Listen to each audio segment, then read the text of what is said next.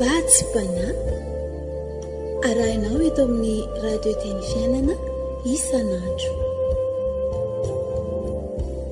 Vatsipana.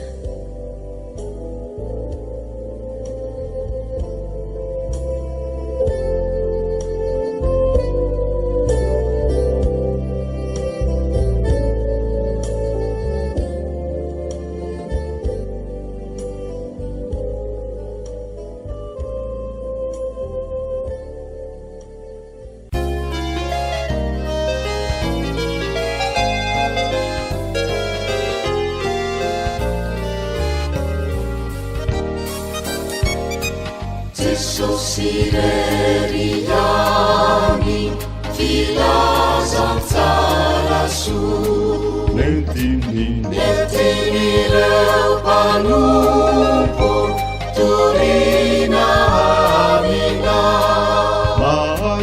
Maizina vukua Nizaure heciza Nefaye ni mazava Napusakamina.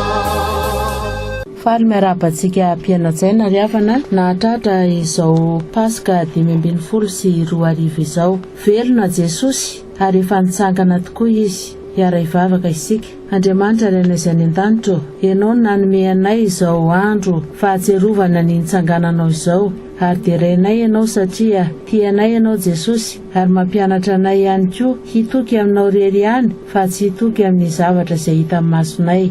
Ankehitriny ary raha ambara ny teninao dia ny fanahinao masina no hanazava izany aminay tsirairay avy. Ho voninahitry ny anaranao rery ihany. Amen. Ny tenin'Andriamanitra izay rahantsika miaina amin'izao fotoana izao dia eo amin'ny filazantsara araka ny Jaona. Filazantsara araka ny Jaona ny toko 20 dia ny 7:7 ihany ka toy izao ny fivaky ny teny amin'ny anaran'i Jesosy. Ary hoy izy tamin'i Tomasy, atehefo eto ny ratsan-tananao, ka jereo ny tanako, ary atehefo eto ny koa ny tananao, ka ataovy amin'ny lany voko, ary azahoisana izay tsy mino fa minoa. Amen. Ry Ray Masino, manamasina anay amin'ny fahamarinana, fa ny teninao no fahamarinana. Amen.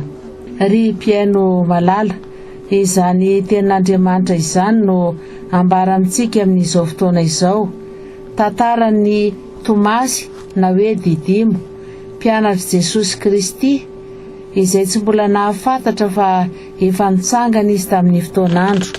Ary raha nilaza taminy ireo mpianatra namany dia tsy nino mihitsy izy, ary tsy vitany hoe tsy nino izy fa nanambara tamin'ireo namany izy fa ratsy ny tenako mihitsy, ratsy ny masoko mihitsy, ratsy ny tanako mihitsy no atehako eo amin'ny olatry Jesosy izay nanomboana azy, dia tsy ino aho, ary ratsy ny masoko ihany koa no mahita dia tsy ino aho. Tamin'ny fotoan'andro nefa dia niangona indray ny mpianatra, ary Tomasy koa mba teo amin'izany toeran'izany. Ary rehefa voarindrina ny trano dia niteny Jesosy hoe fiadanana ho anareo. Manaraka izany dia niteny Jesosy tamin'ny Tomasy hoe atehefo eto ary ny ratsan-tananao, ary jereo ny tanako, ary atehefo eto koa ny tananao, ka ataovy eo amin'ny lany voko, ary azahoisana izay tsy mino fa minoa.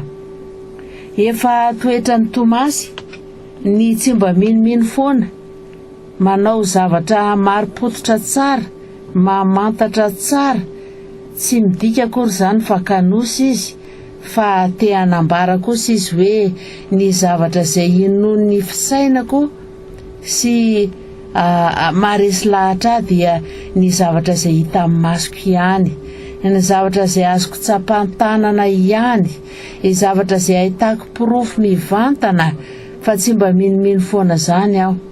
Anefa tsy toy izany ny zavatra izay tiany Jesosy iainany sy inony, satria raha izay rehetra izay no ifikiran'ny Tomasy dia tsy mitombona izany ilay tenin'Andriamanitra izay efa nambara taminy, ilay teny mpikasan'Andriamanitra izay efa nitenen'i Jesosy hoe hijaly ny zanak'olona omboana amin'ny azo fijaliana izy, ororana sy ny toy izany izy, kanefa na dia maty aza izy dia hitsangana amin'ny andro fahatelo. Io teny io no tsy nitoetra tao amin'ny Tomasy, ilay fampianaran'i Jesosy Kristy tamin'ny fidianany azo mpianany ny zavatra maro izay fanambaran'i Jesosy Kristy hoe aminareo no anambarana izany zavatra izany, fa amin'ny olona dia ohatra ihany no hitenenana, tsy mitoetra tao anatin'izany zavatra izany.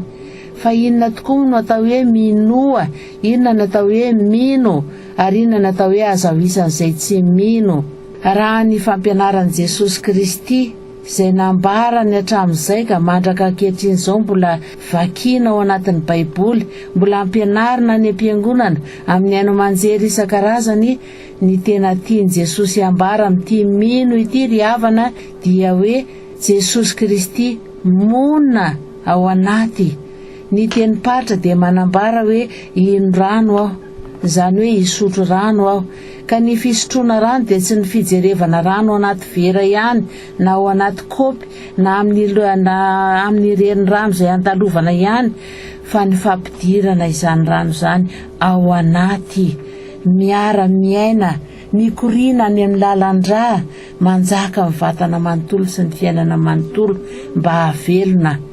Ka ny mino izany izay tian'i Jesosy ambara eto dia ny firaisana tanteraka aminy, azahoisan'izay tsy miray amin'i Jesosy, azahoisan'izay tsy hitoeran'i Jesosy, azahoisan'izay tsy hikorianan'i Jesosy ao anatin'ny lalan-rànao Jesosy Kristy.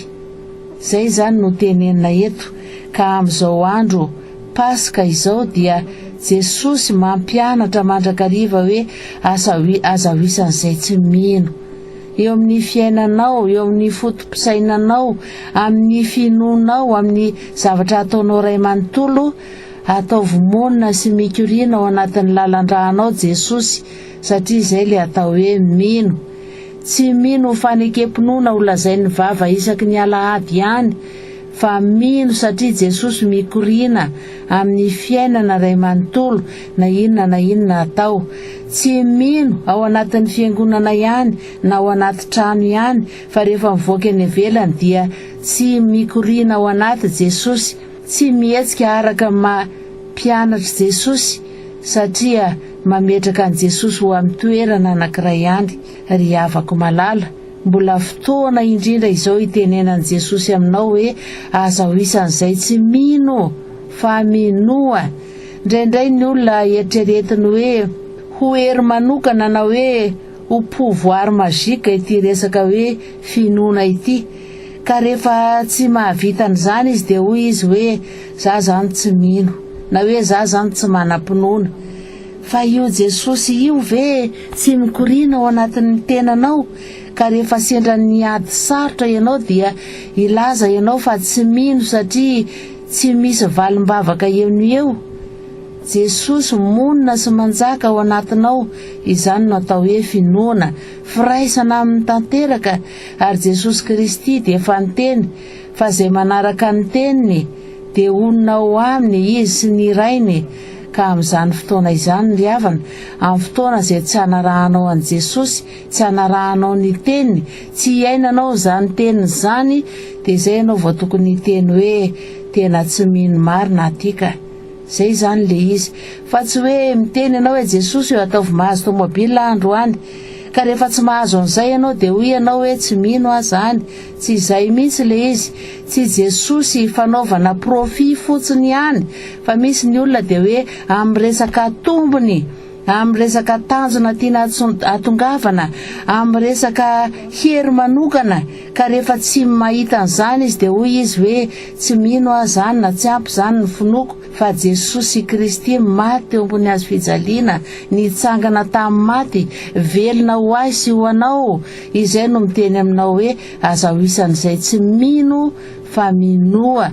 Aoka hanjaka amin'ny fiainanao ray manontolo Jesosy, satria raha izany no tanteraka aminao dia eo Jesosy vao miteny hoe tongava aminao arak'izay irin'ny fonao.